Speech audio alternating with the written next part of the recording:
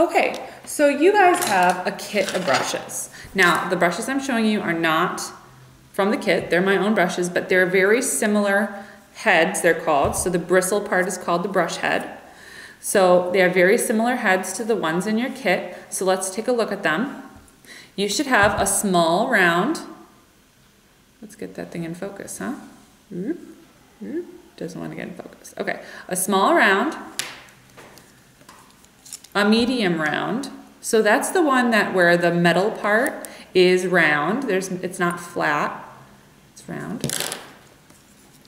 You should have a small flat, which is where the top of the bristle is straight and the bristles are pinched. They're wider in one direction than the another. And you should also have a large flat, which is the same thing. It's just bigger head, longer bristles, more bristles. So flat on the top, skinny. And this is a filbert. So the filbert is the one that's kind of rounded on the top. It's also flat. So it's almost a flat, but it has a little bit of a rounding to it. And every artist has their own brush likes. I tend to like the rounds. I tend to like the medium-sized rounds. But the key is, if you're painting a big area, use a bigger brush. If you're painting a little area, use a smaller brush. This would be considered medium to small shapes. So I would recommend probably sticking with your small round and your small flat. The small flat is going to be good because I think it's just about a ½ inch wide. And so you should be able to get most of your shape with the small flat, and then the small round you can go in and maybe get some of those corners. But it just depends on your practice level. So you're going to take some kind of a palette. You guys had a palette in your kit and that thing is great. But if you didn't have a palette in your kit, or you want to make a little more room because that palette is pretty small and you're going to feel cramped pretty quickly, then get yourself some kind of palette.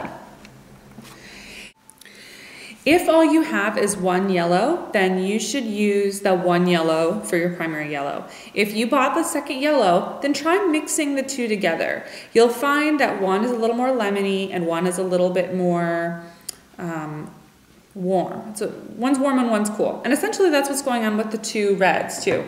Here's examples of alizarin and cadmium red light. You can see that one is more of a violet red and one is more of a hot orange red. So that's what's going on, why you have two. And when you put the two together, you get that primary, that in between.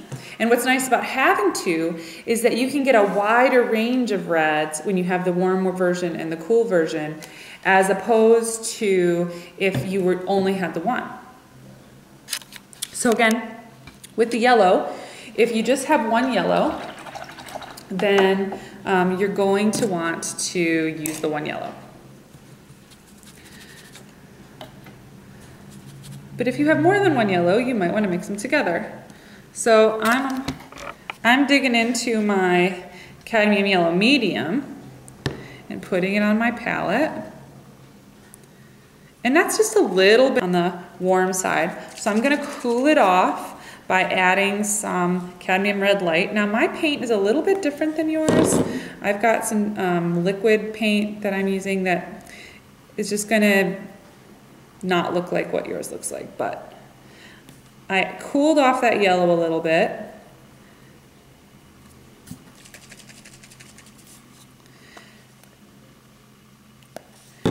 To get something that I would call more of a primary yellow. And now when I've got what I'm looking for, then I can come over to my chart here and apply the yellow to the primary area.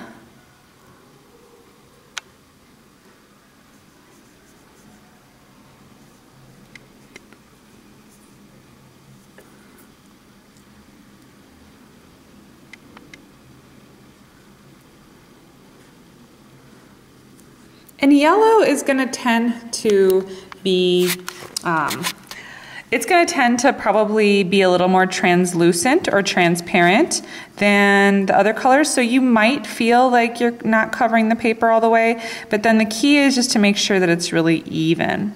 So once I've got my paint applied evenly, see I'm much better about the corners or on the edges this time.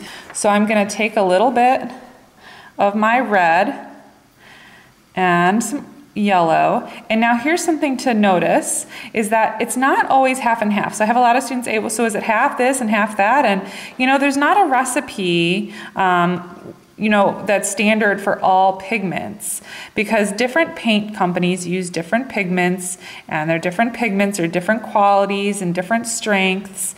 And so there's not a set answer, but the truth is that red is probably going to be a more strong pigment than yellow, and so you'll need a lot less red than yellow to get orange. Now, I'm not just going to plop this orange down right on my chart, because I don't want to have to paint over it if I'm wrong. I'm going to take another piece of paper and put it nearby, paint a little bit of my shape, and then try to compare it, try to look and say, okay, now is that orange more like yellow or more like red? I kind of feel right now like that looks a little bit more like red on the camera, but when I look at my actual paint, it's pretty good. So I apologize that this color correction is not going to be awesome because I'm under fluorescent light, but I'm just going to go ahead and say, yes, this color is in the middle. It's not more like red. It's not more like yellow. It's halfway between, and then I'm going to go ahead and apply it to my shape. There we go. And now I'm gonna make my red orange. So now I can come back over to my palette, and I can just take that same brush that I was using, and I can start to add some more red into my orange. And I go back and forth. Notice how I'm going crisscross, up and down, and then sideways. That makes sure I'm getting good mix. And then I roll my brush to squeeze the paint that's building up at the top of the bristles, like right up here. And so to get that out, when that builds up, you roll the brush and put pressure on that part, and it'll squeeze some of that extra paint out, and you'll get a more accurate mix. Because if you've got multiple colors sitting in your bristles, then when you actually go to apply the color, it's gonna be uneven. So I'm mixing, and you can see now this is a lot more red than this was. I can come over here and I can put it down over here, making more of a reddish orange color. But I think it's probably still more like orange than like red, so I'm gonna add some more red. So I'm back over here. I'm kind of almost adding orange into the red part that was on my palette. But we'll see how it works out. The key is to try and get the color in the bristles of your brush kind of even. All right, let's see how that goes. It's really hard to paint and hold the camera at the same time. I'm gonna put this down. Let's see if we can get a good view. Okay, so that looks pretty good. I'm gonna try, that looks like maybe a little bit more like red than orange. So maybe I went too far. So I'm gonna come back over to my palette and try to get a little bit closer to orange again. There we go. There we go. Ugh, and I got some junk, so I gotta get rid of that before I keep going. All right. If you've got dry paint in your paint chunk, that'll make a mark. And if your paint is dry, you can kind of wipe wet paint off of dry paint. So if you move quickly, if you make a mistake, sometimes you can wipe it off of dry paint. And the other thing is when you're loading your brush up, so my brush has a lot of paint in it, but it's kind of all over the bristles. It's not down at the tip. So I gotta go back to my palette and I gotta push paint onto the tip of my brush. So there's extra paint at the tip of the bristles there. So I can use that to put down on here and spread it around a little more. Okay, I think you get the idea. And so from there you do here, and then you could go over and do your blue, and then do your green, and do those, and then you could do your, or maybe you even do your blue next, and then you get your violets in while you're still in the red zone. It's kind of up to you. And then here, you're gonna pick one of these colors, put it here, and then you're gonna have black with that color here, white with that color here, and that color would go here, and then you'd have its complement, and you'd make your chromatic gray. That's the chart steps. Once you've got all these colors, that's 23 colors, you have to have all of those colors represented in your painting. So from about 1 to 3 Thursday, while you're watching this video probably, from 1 to 3, I'll be on Facebook, and you can post your thumbnails. But what I would recommend is that you guys go around and try to help each other pick your thumbnails first. If you're having trouble deciding, or if you're not getting a consensus, then you can put the thumbnail up on Facebook, and I'll be available for chatting via comments or messages or whatever, okay? And you can ask me questions and get help. But Emily is also going to be a great resource for you guys to help you out. Make sure you clean up the room really good at the end of the class period. Make sure you're washing your brushes out with water thoroughly, and that you wash them out with soap at the end of the day. That's it.